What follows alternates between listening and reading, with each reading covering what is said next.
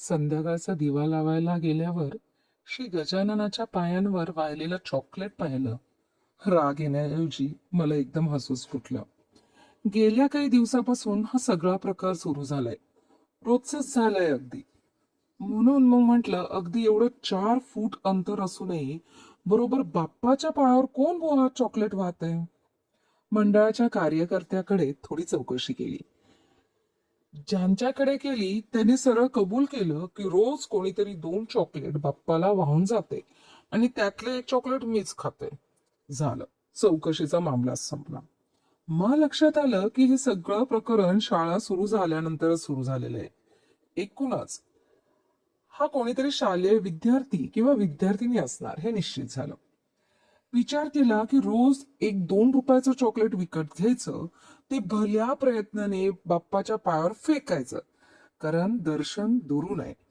पादुकांच्या आणि आपल्यामध्ये किमान 4 फूट अंतर आहे. देखा नवलतया प्रभूचे, प्रेम अद्भुत भक्तांचे.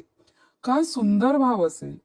नैवेद्य काय असावा हे आपल्याला माहित आहेच, पण एकूणच ज्या अबोध जीवाला आपल्याला आवडते ते देवालाही व्हावं इतकं सरळ कळतंय, त्याला काय शास्त्र सांगायचं. मुळातच मग सहजे सत्कार वादू, तो पद्म करू वरदू, धर्म प्रतिष्ठा तो सिद्धू, अभय हस्तू. ज्ञानेश्वरीतल्या या ओळी. असं असलेला श्री वरद त्या बालकाला किंवा त्या बालिकेला आशीर्वादच देईल यात शंका नाही.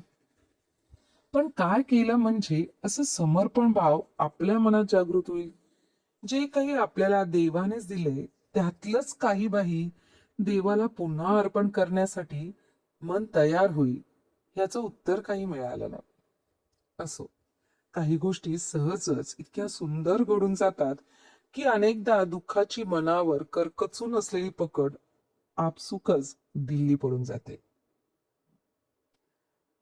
बाप्पाला चॉकलेट वाहणारी ही निष्पाप लेकरं ह्या दुनियेत आहेत, हे समाधानकारकच आहे आणि फार गमतीशीर सुद्धा आहे. श्री गजानन तुम्हा आम्हा सर्वांना अशीच सद्बुद्धी देव, सर्वांचं कल्याण करो. त्या चॉकलेट किंग किंवा क्वीन जे कोणी आहेत त्यांचं जरा जास्तच कल्याण करो. हा लेख लिहिला आहे समीर तुर्की यांनी. धन्यवाद. पुन्हा भेटू पुढच्या शुक्रवारी.